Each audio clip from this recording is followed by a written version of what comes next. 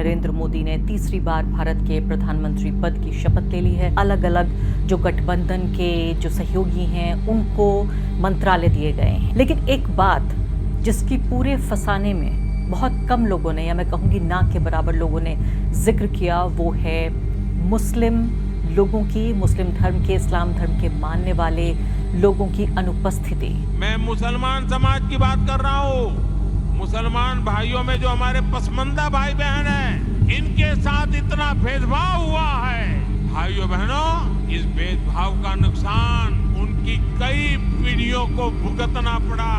आप सोचिए, विमर्श का स्तर ये देखिए कि बहुत ही घटिया, पिछड़ेपन की, रूढ़िवादी, इस तरह की भावनाएं, उस तरह की सोच रखने वाले लोग ये बीजेपी के समर्थन समूह बनाते हैं। नमस्कार, द वायर में आपका स्वागत है। मैं हूं आरफा खानम शेरवानी। आखिरकार नई सरकार का गठन हो गया है। नरेंद्र मोदी ने तीसरी बार भारत के प्रधानमंत्री पद की शपथ ले ली है। उनके साथ 72 यानी कुल मिला के कैबिनेट में उनको मिलाकर 72 लोगों ने शपथ ली उन्होंने।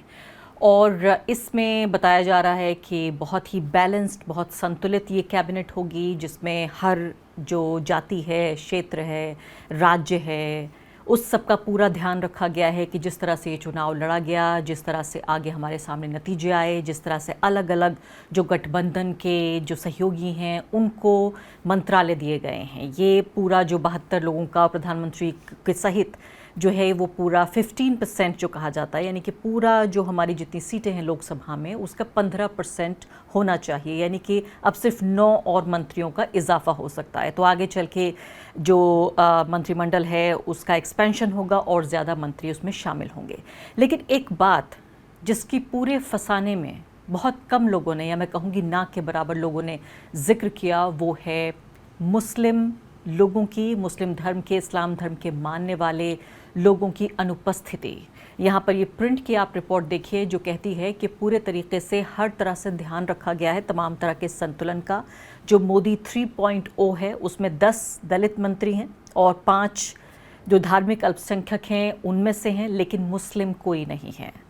अब इसी सवाल में, इसी जवाब में मैं कहूँगी वो छिपी हुई है वो बात जो लगातार लोग पूछ रहे हैं कि ये जो बैसाखियों पर आधारित नरेंद्र मोदी की तीसरी सरकार बनी है, या इसको मोदी सरकार नहीं बल्कि पहली एनडीए सरकार कहा जाएगा, क्या इसमें मुसलमानों को बराबरी की जगह मिलेगी? क्या उनके साथ भेदभाव खत्म होगा? क्या उनके साथ हिंसा और अत्याचार का जो पूरा चक्र और कुचक्र 10 साल से चल रहा था, क्या वो खत्म होगा? इसी सवाल में छिपी हुई है, इसी जवाब में छिपा हुआ है इस सवाल का जवाब कि ऐसा होगा या नहीं। आप ये सोचिए कि बीजेपी के अलावा तमाम उनके एनडीए के पार्टनर्स, इन सब को मिलाकर एक भी ऐसा कोई व्यक्ति नहीं है जो इस्लाम धर्म के मानने वाला हो इन सांसदों में। यानी कोई भी एनडीए का सांसद इस्लाम धर्म का मानने वाला नहीं है। इसमें बुद्धिस्ट धर्म के मानने वाले भी हैं, ईसाई भी हैं। यानी सिर्फ बीजेपी ही नहीं, पूरा का पूरा एनडीए का कुनबा मिलाकर भी कोई नहीं है जो कि 293 लोगों में जो इस्लाम धर्म का मानने वाला हो। अब इसमें एक समुदाय को जिस तरह से हाशिए पर फेंक दिया गया है, जिस तरह का पॉलिटिकल एक्सक्लूजन किया जा रहा है। जब नरेंद्र मोदी 10 साल से सत्ता में थे तब हमने देखा उनके कई नेतागण तो यहाँ तक भी कहते पाए गए, और उनके ज़ाहिर है जो पूरा उनका समर्थन का जो पूरा नेटवर्क है, सपोर्ट नेटवर्क, कि इनसे बाकायदा मुसलमानों से इनका वोटिंग का अधिकार छीन लेना चाहिए, यहाँ तक की बात हुई। हमने देखा 10 साल में कितने मुसलमानों के घरों पर बुलडोज़र चले। हमने देखा किस तरह से मुसलमानों की लिंचिंग हुई। हमने देखा दर्जनों की तादाद में मुसलमानों को जेल में डाला गया। हमने देखा कितना मुस्लिम विरोधी कानून पास कराए गए। यहाँ तक कि Muslim majority state Jammu Kashmir से उसके राज्य का दर्जा छीन लिया गया, उसका विशेष राज्य का दर्जा भी छीन लिया गया, उसको डिमोट करके यूनियन टेरिटरी बना दिया गया। कहीं ना कहीं इसमें राजनीति के अलावा ये भी था कि मुस्लिम समुदाय को इस तरह से पनिश करने या सज़ा देने की कोशिश थी। जब सीए का विरोध किया, जब मुस्लिम समुदाय के लोगों ने और बाकी जो धर्मनिरपेक्ष लोग थे उनके साथ देने के लिए जो आए, तो उसमें बड़ी तादाद में लोगों को जेल में भर दिया गया, जिसमें कई लोग, उमर खालिद जैसे लोग, उनके साथ उनके कई साथी अभी भी जेल में हवालात में की हवा वो वहीं पर मौजूद हैं, वहीं सड़ रहे हैं, मैं कहूँगी इस गर्मी में। तो इस सब के बावजूद आप ये देखिए कि यहाँ पर जो मोदी 3 जो ये कार्यकाल यानी तीसरा जो उनका कार्यकाल अब शुरू हुआ है, 10 दलित मंत्री हैं, 5 जो रिलीजियस माइनॉरिटीज़ से हैं और कोई भी मुसलमान नहीं है। ये नई जो काउंसिल है अभी फ़िलहाल 9 जो मंत्री का एडिशन होगा उसमें देखते हैं, हो सकता है कि कुछ मन में ये आ जाए नरेंद्र मोदी की कि इस समुदाय को भी कोई ना कोई पार्टिसिपेशन देना है, इस समुदाय का भी ध्यान रखना है। मैं वो भी याद दिलाऊंगी जब नरेंद्र मोदी ने बात की थी पसमानदा मुसलमानों की, क्योंकि हम तो यहाँ पर इसीलिए हैं, मेरे जैसे पत्रकार, वो याददाश्त आपकी ताज़ा करने के लिए कि सिर्फ सरकार का मतलब यही नहीं कि ये वाले 5 साल जो आने वाले हैं, बल्कि जो गुजरे हुए 10 साल हैं उनको भी हम लगातार याद दिलाते रहेंगे। इसमें 2 सिख हैं, 2 बुद्धिस्ट हैं, ये जो नई काउंसिल है, और 1 क्रिश्चियन हैं। और अपर कास्ट का बताया जा रहा है जो शेयर है, जो उनका हिस्सा है वो घट गया है। दलित और ओबीसी जो है वो तकरीबन कमोबेश वही है जो पहले था।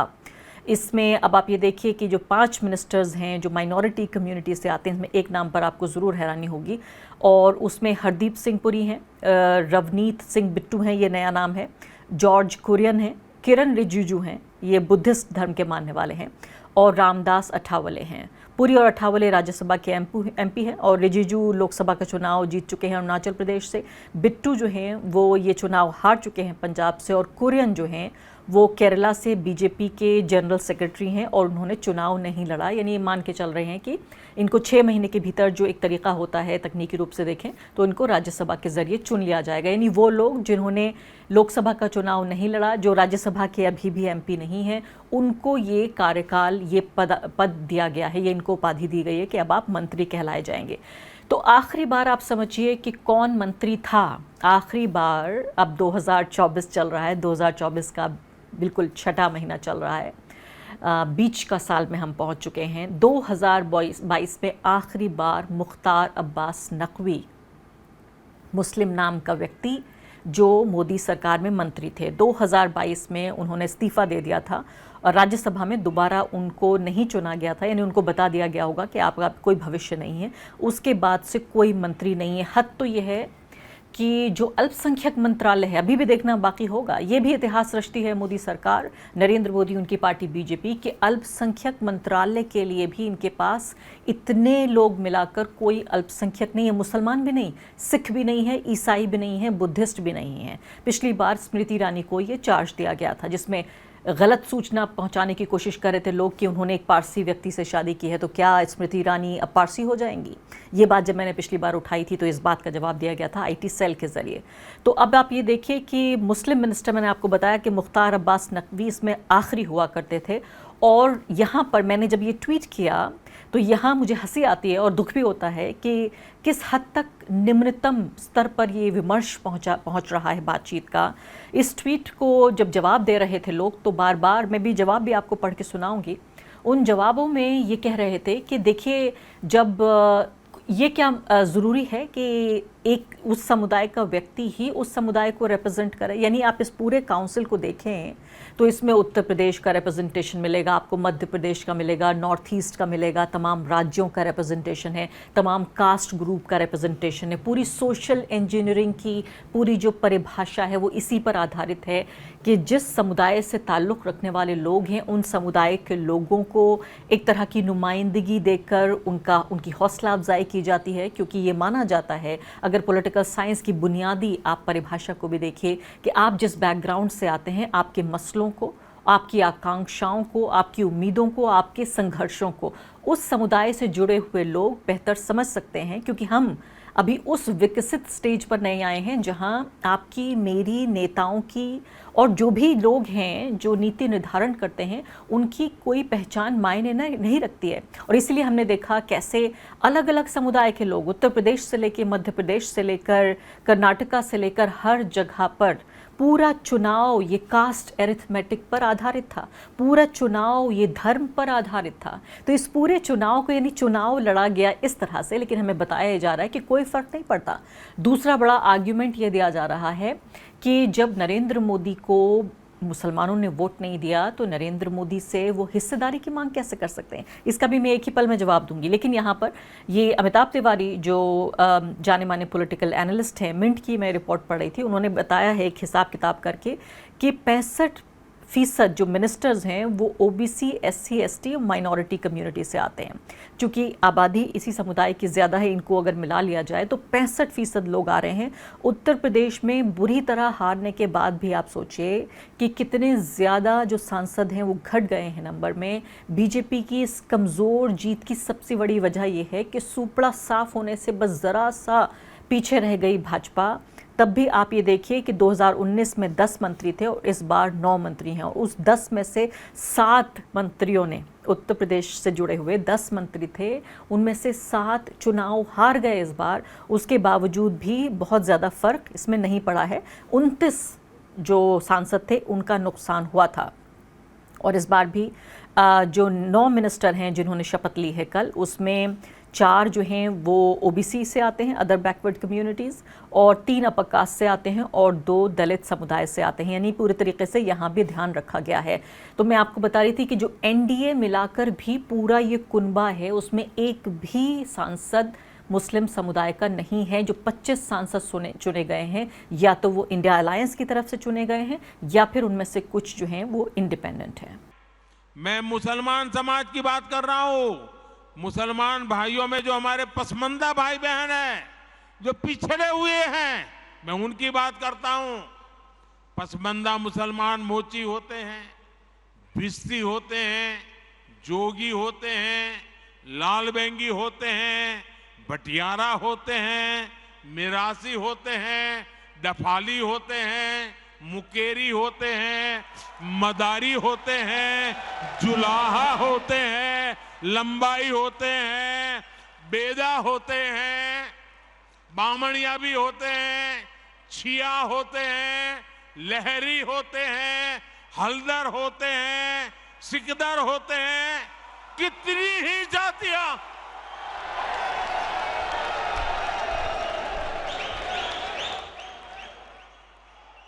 ये सब इतने पिछड़े रहे हैं, इनके साथ इतना भेदभाव हुआ है।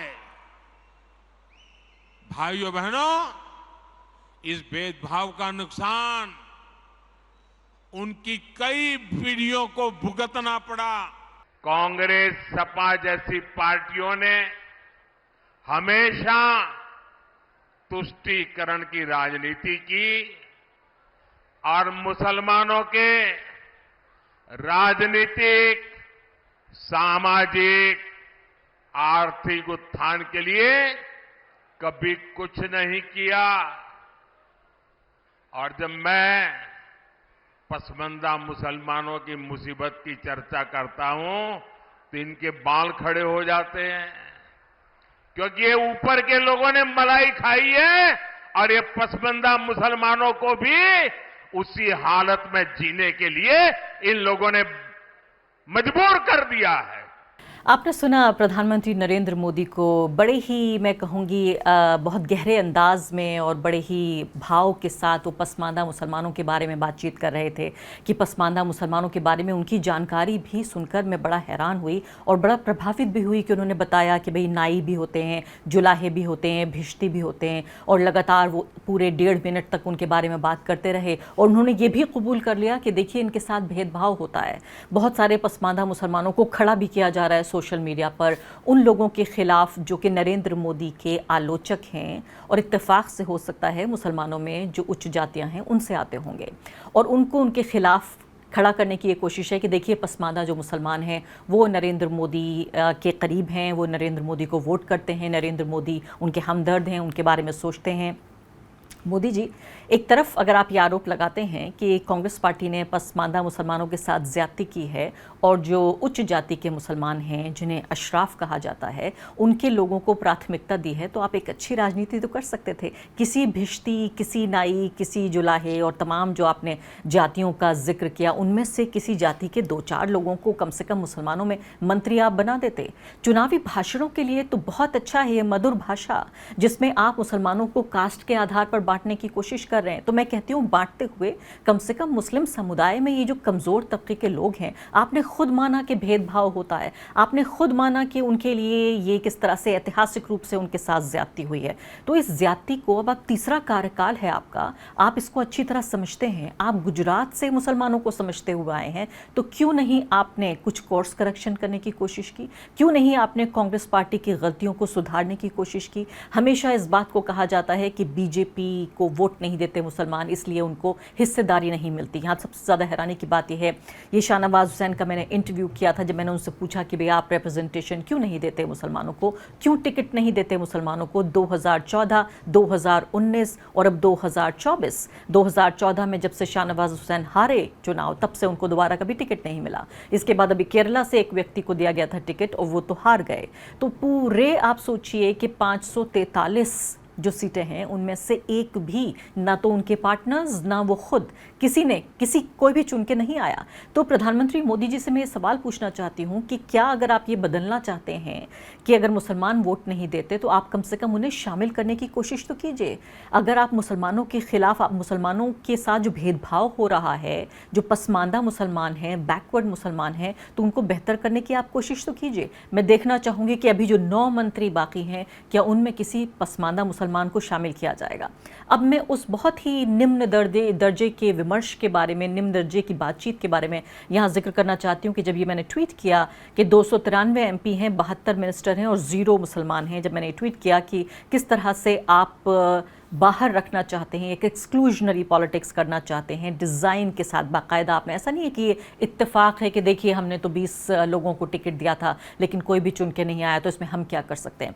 इसमें नीचे तमाम जो उनका सपोर्ट नेटवर्क है, जो IT सेल के लोग हैं, इसके अलावा भी जो लोग नरेंद्र मोदी के फ़ैन हैं, या वो लोग भी जो अपने को एपॉलिटिकल कहते हैं कि वो गैर राजनीतिक हैं, उनकी आप बातें सुन लीजिए, उनका जवाब भी मैं दूंगी यहाँ पर। ये कह रहे हैं कि मुस्लिम्स जो हैं वोट नहीं करते बीजेपी को, तो आप क्यों ये चाहते हैं? तो आप अब मेरे लिए कह रहे हैं कि मैं ये कहती हूँ कि बीजेपी को वोट मत दीजिए। अब क्यों रोया जा रहा है? इश्क लड़ाओ कांग्रेस से और मिनिस्ट्री देंगे मोदी जी, यानी खिल्ली उड़ाने की, एक मजाक उड़ाने की एक कोशिश की जा रही है कि ये अगस्त पॉलिटिकल पार्टी को आप वोट नहीं देते तो रिप्रेजेंटेशन नहीं मिलेगा। दूसरा बार जो मैं आर्ग्यूमेंट सुनती हूँ, जो शाहनवाज हुसैन के ज़रिए भी मैंने सुना था, वो ये था कि देखिए राशन देने में क्या कोई भेदभाव हो रहा है? क्या आप ये बताइए कि जो घर दिए जा रहे हैं PM आवास योजना के, क्या उसमें भेदभाव हो रहा है? या हैरानी इस बात के लिए होती है कि इतने बड़े नेता और दूसरी तरफ ये IT सेल के लोग, कि क्या ये देश का पैसा है, ये राष्ट्र का पैसा है, या ये बीजेपी का पैसा है? क्या नरेंद्र मोदी ये पैसा गुजरात से लेकर आए थे? क्या उनके अपने घर की कोई जायदाद है? ये उनकी प्रॉपर्टी है? या अपने पैसे से ये देश के मुसलमानों को या सिखों, ईसाइयों को या हिंदुओं को ये पैसा बांट रहे हैं? इतनी बुनियादी बात कि ये खैरात नहीं, ये हक है, चाहे मुसलमान का हो, ईसाई का हो, दलित का हो, या किसी भी तबके के मानने वाले लोगों का हो, किसी तबके से आने वाले लोगों का हो, ये उनका हक है नागरिक होने के नाते, जिसे कोई नहीं ले सकता। तो ये सीधे तौर पे मैं कहना चाहती हूँ कि एक पॉलिटिकल पार्टी जैसे चुनाव लड़ती है, उसकी आलोचना करने का हमें अधिकार है, लेकिन जब आप एक बार एक संवैधानिक पद पर बैठ जाते हैं, जब आप प्रधानमंत्री बन जाते हैं, जब आप मंत्री बन जाते हैं, आप शपथ लेते हैं उस संविधान की जिसमें साफ तौर पे आपने ये कहा है कि मैं किसी भी पहचान के आधार पर भेदभाव नहीं करूंगा। खुद प्रधानमंत्री ने कहा कि मैं संघ के मंत्री के तौर पर मैं शपथ लेता हूं कि मैं कोई भेदभाव नहीं करूंगा, लेकिन भेदभाव हो रहा है। और उन्हीं के लोग, जो समर्थन करने वाले लोग हैं, वो आकर ये कह रहे हैं कि अब आप वोट नहीं देते तो हम आपको रिप्रेजेंटेशन नहीं देंगे। ये भूल रहे हैं कि एक नेता मोदी में और एक प्रधानमंत्री मोदी में ये बुनियादी फ़र्क है, वो है संविधान का और संविधान की शपथ का। दूसरी व्यक्ति आ जाती हैं और कहने लगती हैं कि 23 करोड़ वोट बीजेपी को पड़े हैं, इसमें 0 मुस्लिम थे और 0 वोट पड़े मुसलमानों के बीजेपी को। तो अगर इनको तमाम तरह की वेलफेयर स्कीम दी जा रही है, उसके बावजूद भी ये वोट नहीं देते, तो ये समझते हैं कि सिर्फ सेक्युलर लोग भी तथाकथित इस जो भ्रष्ट हैं वो इस देश पर राज करें, उनको मैंडेट दे रहे हैं, उनको जनादेश देते हैं। तो अब फिर से आ जाते हैं दूसरे व्यक्ति और कहते हैं कि कितनी सारी योजनाएं मुसलमानों के लिए सरकारी, ट्रिपल तलाक बिल पास कराया मुस्लिम औरतों के लिए, PM आवास योजना के ज़रिए घर दिए और 0 वोट दिए जवाब में। इसके बावजूद भी इसलिए कैबिनेट में कोई उम्मीद नहीं की जानी चाहिए। उससे ज़्यादा घटिया बातें इस स्तर पर उतर आए और कहने लगे कि अगर आपने शादी की है अब्दुल से तो उम्मीद आप ये कर रहे हैं कि आपको बच्चा होगा अंकित का। आप सोचिए, विमर्श का स्तर ये देखिए कि बहुत ही घटिया, पिछड़ेपन की, रूढ़िवादी, इस तरह की भावनाएं, उस तरह की सोच रखने वाले लोग ये बीजेपी के समर्थन समूह बनाते हैं, जो ये नहीं समझते कि इस तरह की घटिया रूढ़िवादी सोच, जहां एक महिला को, महिला के अधिकार को सेक्सुअलाइज करने से बाज नहीं आ रहे ये लोग, और उसमें और एक भारत की, एक देश की सरकार में कोई फ़र्क नहीं कर पा रहे हैं। ये यूट्यूब चलाते हैं, ओपन लेटर के नाम से बता रहे हैं कि ये बहुत ही स्टूपिड है ये आइडिया कि धर्म के आधार पर या जाति के आधार पर होना चाहिए। किसी भी धर्म और जाति का व्यक्ति बाकी अन्य धर्म और जाति के लोगों के साथ भला कर सकता है। यहाँ फिर से मुझे लगता है, हंसी आ रही है मुझे कि एक ऐसा देश जहाँ जाति, धर्म, क्षेत्र के आधार पर ही 2024 में अभी कुछ हफ्ते पहले जो चुनाव हुए, जो 2 महीने चुनाव चले, वो इसी के आधार पर हुए हैं। कैबिनेट का, मंत्रालय का जो बंटवारा है वो भी इसी आधार पर हो रहा है। लेकिन यहाँ पर आके वो तमाम बातों को पीछे हटके कहते हैं कि ठीक है, एक ही समुदाय के लोग ये तमाम काम कर लेंगे। अब यहाँ पर देखना होगा अगले 5 साल में कि देखिए 2022 से मैंने आपको बताया कि कोई रिप्रेजेंटेशन मुसलमानों का नहीं है। अब इसके बाद क्या कोई एक्सपेंशन में कोई जगह मिलेगी, और ये भी महत्वपूर्ण होगा देखना कि अगले 5 साल में मुस्लिम समुदाय के लोगों के साथ नरेंद्र मोदी की सरकार का क्या रवैया रहता है।